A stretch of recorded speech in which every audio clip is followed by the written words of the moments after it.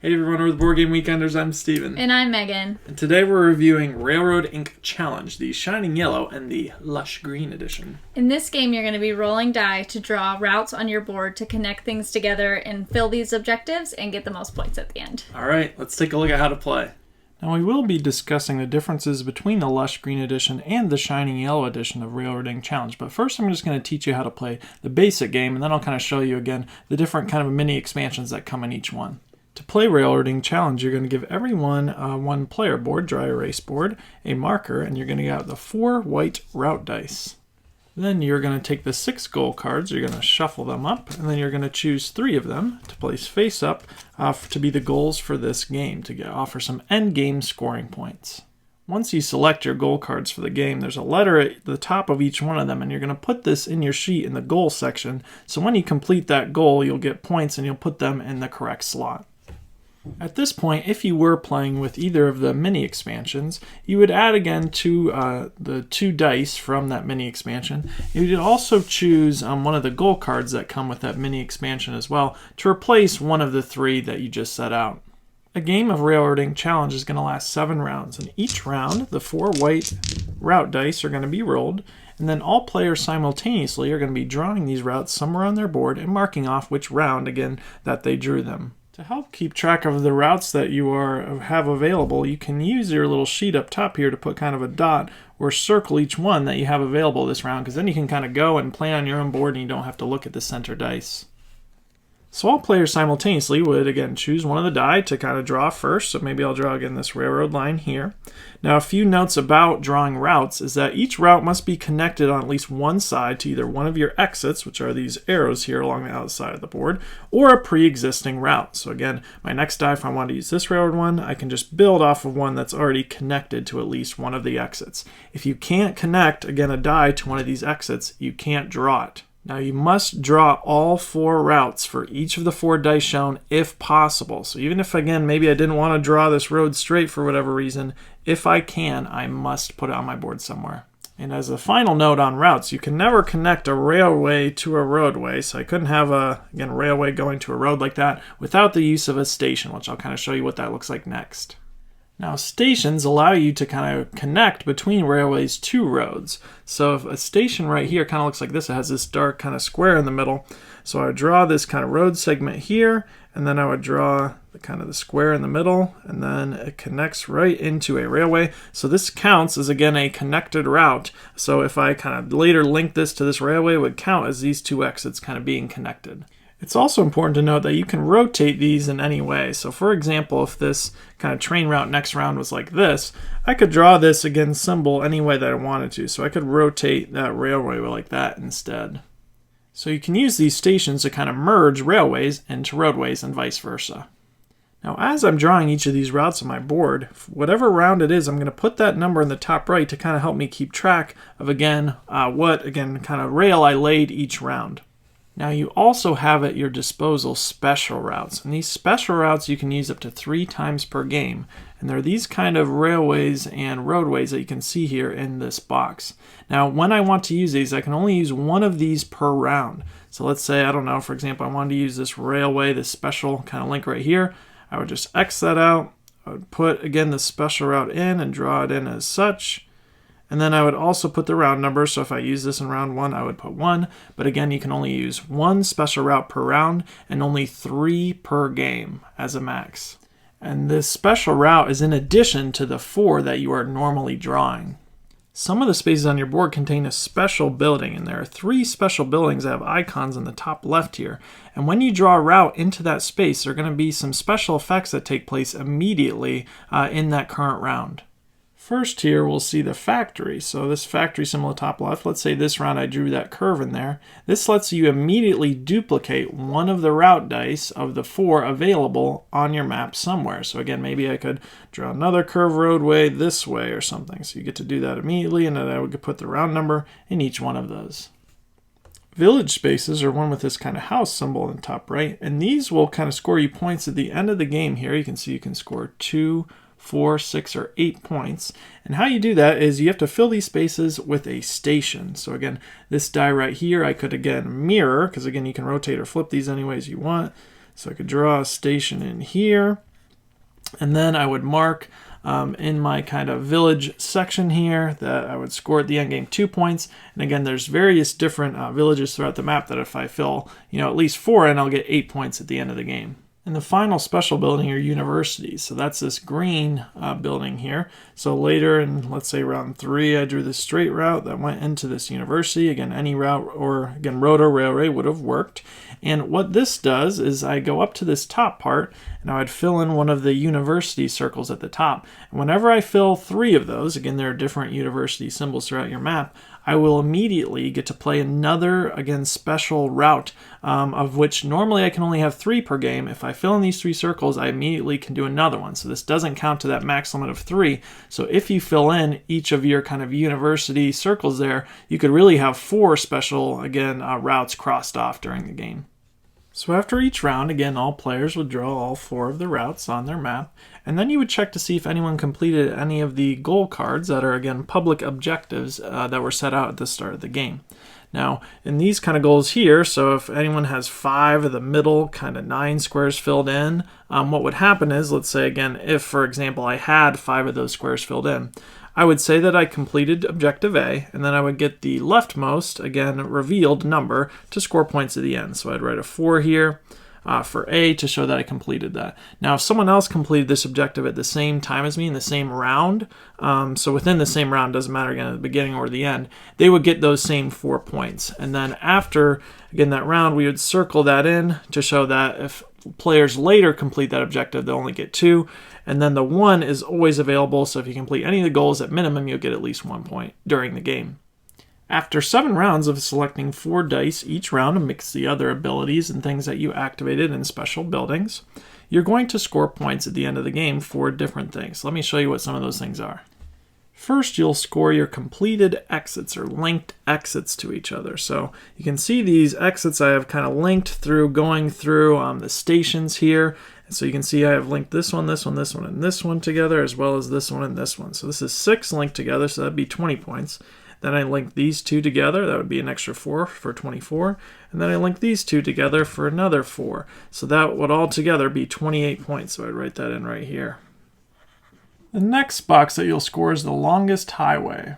The easiest way to show the longest highway is actually through the example in the rule book. So your longest highway is the single longest unbroken line of highway of adjacent spaces, not counting any branches. So your longest path can cross itself, but you can't count the same stretch of highway more than once. And you'll score 1 point for each of these spaces. So in this example, they scored 16 points.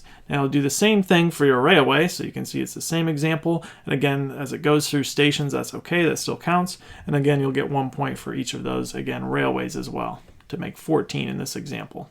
Next, you'll score for the central spaces in your board with this square symbol right here. So you'll see this kind of, again, orangish outline around the center 9 squares. So for each of those squares that you filled, you get a point. So again, in this example, I would score 7 points.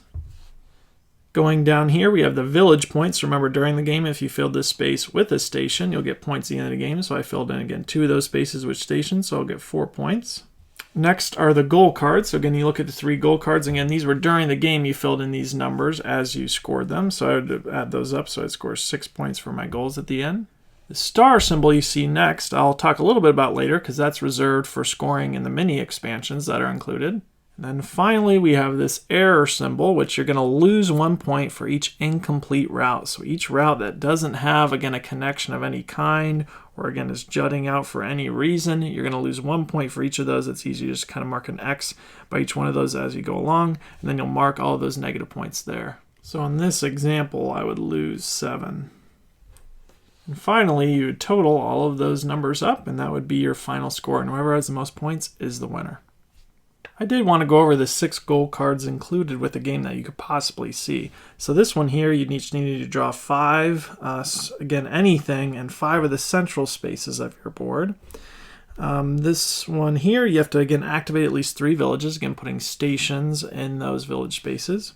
Here you just have to draw anything in a single row or column, again, filling in the spaces with the different routes. This one, you need to draw anything, at least 3 of the corner spaces of your board. So any of the, again, 3 of the 4 corners. This one, you need to fill in all of the 9 spaces in the center. And then finally, the last one, you just need to draw a circular path that starts and ends at the same point. So you're kind of creating a loop of a kind. So again, you might kind of create a loop with a different pass. The first kind of variant or addition I wanted to point out in Railroading Challenge is there is a draft mode. Well, you'll actually have to combine the original Railroading and Railroading Challenge, and you can roll dice and actually draft pairs of dice. So you'll have your kind of personal set of 4 dice instead of having the normal, again, 4 public dice. The Lush Green copy of Railroading Challenge comes with, again, 2 mini expansions. So first we're going to talk about the Forest dice, which adds 2 dice. When you add this module, you're only going to play 6 rounds, because again, these 2 dice are going to be added to the 4 dice already rolled for the current round. And then you're going to be drawing these routes in forests somewhere on your board. Now the forest dice don't have to be connected to any pre-existing routes or trees that you might draw. So I could draw like this forest, again, right here in the middle. Again, it doesn't have to be connected to anything. Each group of orthogonally adjacent tree spaces become a forest. At the end of the game, you're going to choose up to 2 different forests to score. And your first forest that you score is going to be worth 2 points for each space occupied. So if I have, again, this kind of my largest forest here is 3, so I'd pick this at the end of the game. So I'd score 6 points, because again, 2 points for each. And then your second forest, your second largest one that, again, you want to score, this would be each worth 1 point for each of those spaces. So at the end of the game, this would have been 6 points, and then 1 and 1, so that would have been 8 points that I would put in that star space for this expansion. So that's how the forests work. And it's also important to note that each forest can only be scored once, and each forest space can only be scored once. The Forest mini expansion comes again with 3 goal cards, and these goal cards, again, one of them would be mixed in with 2 from the original game at the start of the game. And these 3 are scored.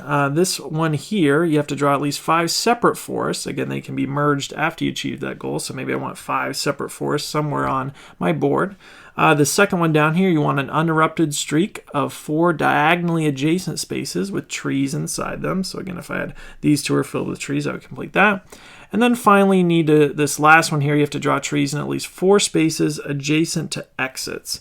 So they'd have to be adjacent to these spots here. So again, kind of this one would count here, and this one would count here, because again, they have trees and they're adjacent to exits.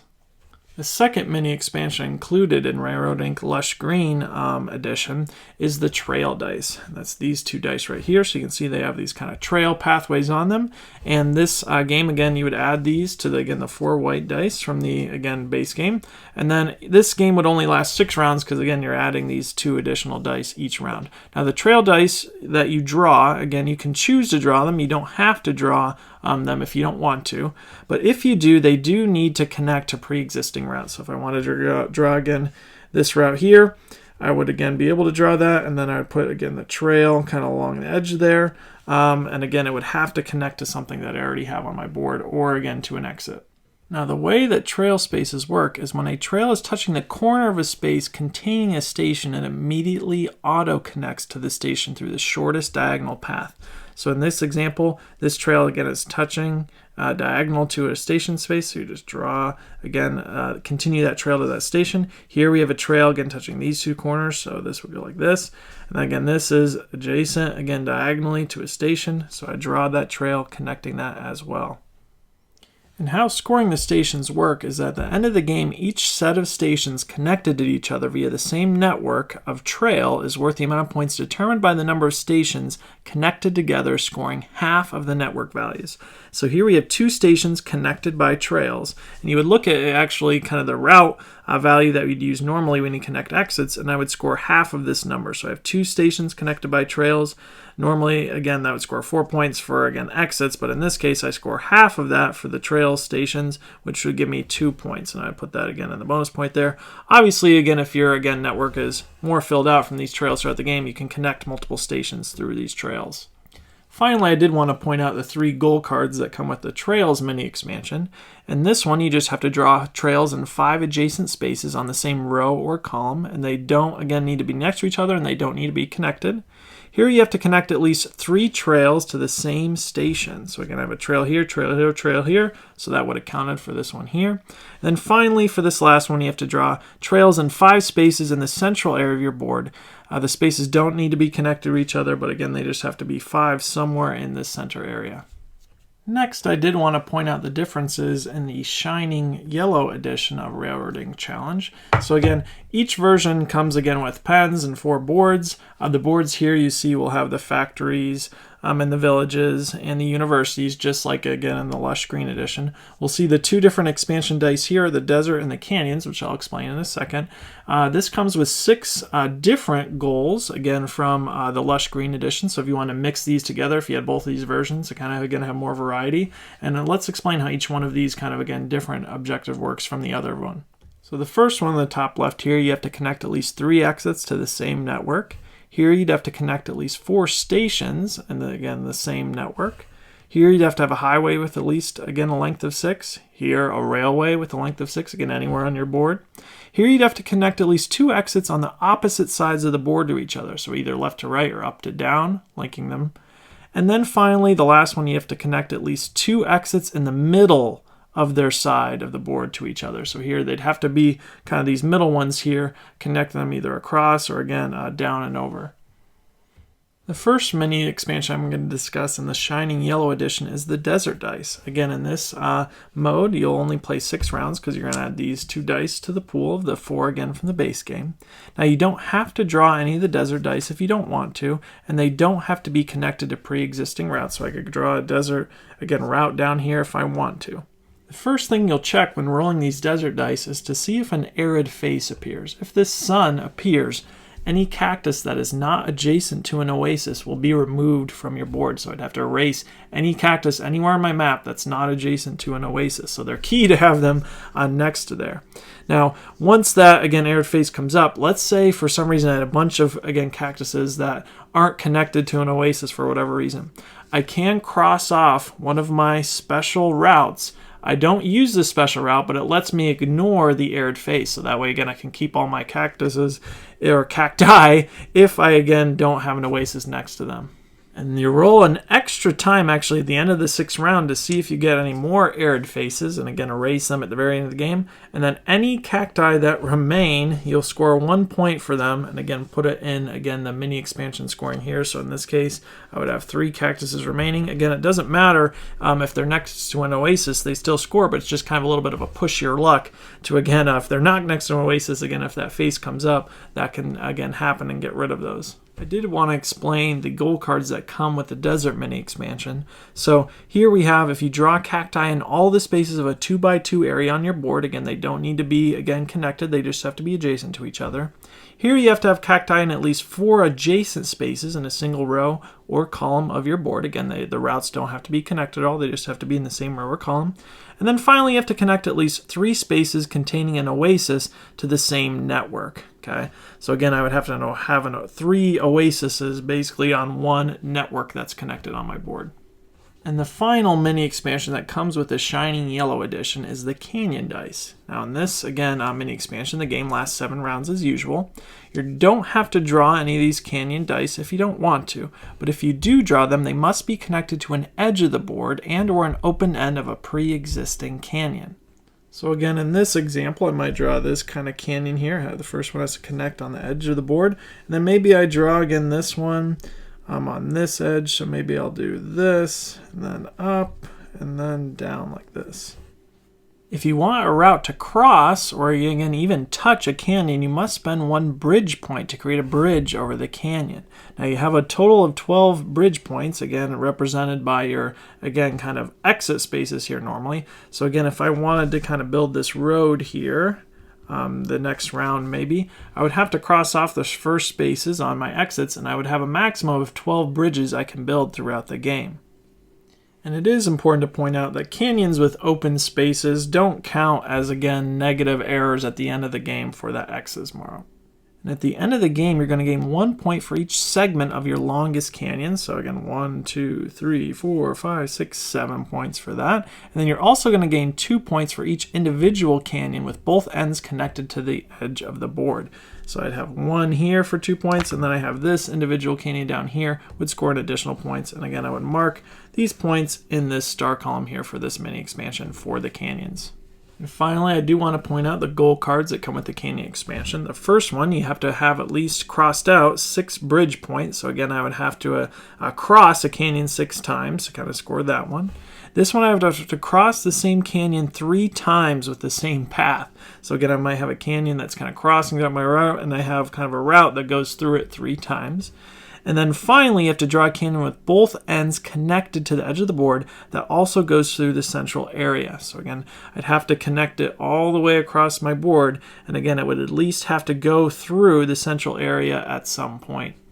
And that's an overview of how to play the Shining Yellow Edition and the Lush Green Edition of Railroad Ink Challenge. Now let's get to our thoughts. All right, Steven, let's get to what we didn't like about this game. We did not like. I think the main thing, a lot of things we kind of sync up on and what we don't like for once on this review. And the main thing for me is it's hard to keep track of what dice you used. Yeah. It just is tricky after a while. Like, did I use this? Did I not? Yeah. And I know they say you can like mark at the top like which ones are out there, so you can like erase it. It's just kind of like a little bit of upkeep where it's like I wish it was a little bit smoother. I'm so tempted when we play to like organize the die. Like, okay, I use this one and this one, but I'm not the only one playing, so it's kind of rude to my partner to like move the dice around like that. Mm-hmm. So it just gets confusing, and unfortunately, that's where the app picks up and makes it. It's speaking of the app, it seems like it's coming out soon, summer 2021. And that would handle that issue. Yeah. You know what I mean? It literally show you what ones you clicked and where your kind of routes go. Yeah. The other thing is like with the large number of players, that kind of can be even more problematic. Like if there's 8 people around the table, like to like look at the dice, okay, like which ones, and it's just like a little bit of a more, it makes it a little bit more finicky, rights, Mm-hmm. Okay, Megan, let's get to some things that we did like about Railroad Ink Challenge. I love this game. Both these expansions were just great additions to the original game. It mixes it up enough that it keeps it interesting, but it's not too much that it's confusing to the original game. Yeah. I love roll and writes, and I just like the simplicity of, you got these routes, draw them, connect things on your board. It's fun just to connect things is the main, like, it's just fun when you finally get that link that you were looking for. But also, negatively, it's very frustrating when you can't get that one you want. Very true. But true. It is a game. Yeah. This is kind of, it seems like to me, this is just a slight step up from Railroad Ink. Yes. You know what I mean? If you're kind of getting like stale on that game, just like, okay, you just do the routes and the same kind of thing. These goal cards are great. Yes. Okay. To have like, connect this side to this side of the board. Have 6 roads in a row. It's just a little It feels extra. like Welcome To. It makes it like Welcome you're right. To. Because it's like, if you get this one first, you get 4 points. If I got it, then Steven got the next turn, he would get 2 points. Yeah. And it's not a lot of rules overhead to explain. No. And that kind of leads us into the mini expansion. So again, each kind of box has 2 separate dice that you can do like a little mini thing with.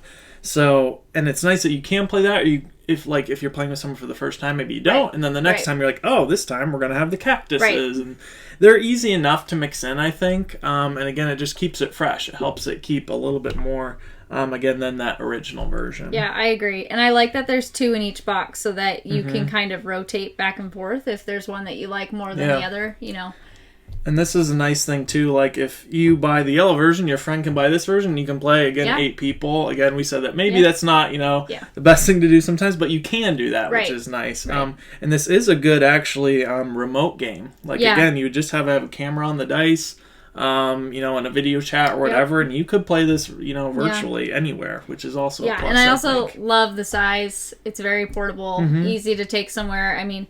Yeah, now there's more die, there's a couple more cards, but you don't have to play with the objective cards if it's windy and you're outside or something. All you have is a heavy-duty board and dice. You can play outside. The whiteboard markers are nice. Like, the production is great. Like, again, these are relatively cheap. Nice, hefty die. And you get, custom dice, you get these nice boards and cards. Like, it all works really well as a nice little package, so...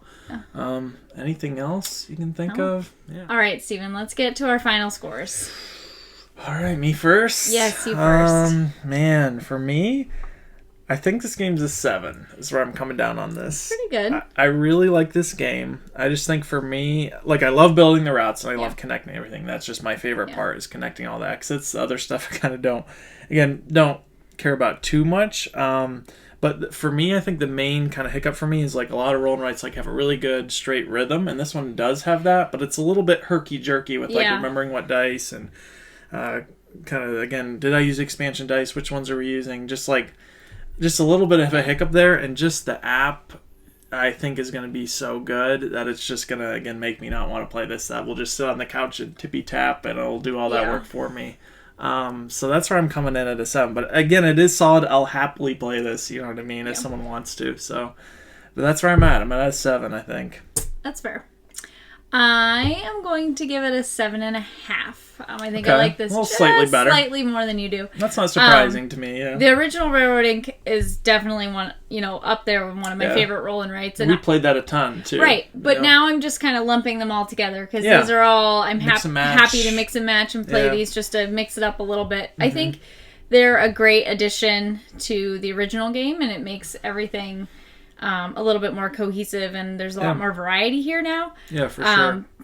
But I agree with you. I'm so excited for the app. I think... Yeah, because we've been playing like a random online version that like someone just made, and that's been nice. It's so good. Yeah, because it like X's out the die when you put it there, and if you move it or take it off, it goes back. It's just one of those games that it feels suited for that, where like all of your friends are laying on the couch playing against each other, kind of at the end of the night or the start of the night, kind of a thing. So I'm real hopeful that the app's going to be amazing, but I mean, even still, app.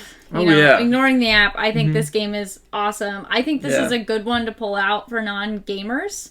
Yeah, I don't know about this one. Don't you think just the original? Well, the original, and then maybe move up with this. But if they really like it, then you move up to this. But the whole game series in there is just in that category. So I think it's a great game. All right. That's Railroad Ink Challenge. Again, the Shining Yellow and Lush Green Edition. Thank you, everyone, for watching. Again, I'm Steven. And I'm Megan. With the Board Game Weekenders, and we'll see you next time. And there's Tormund. Bye-bye.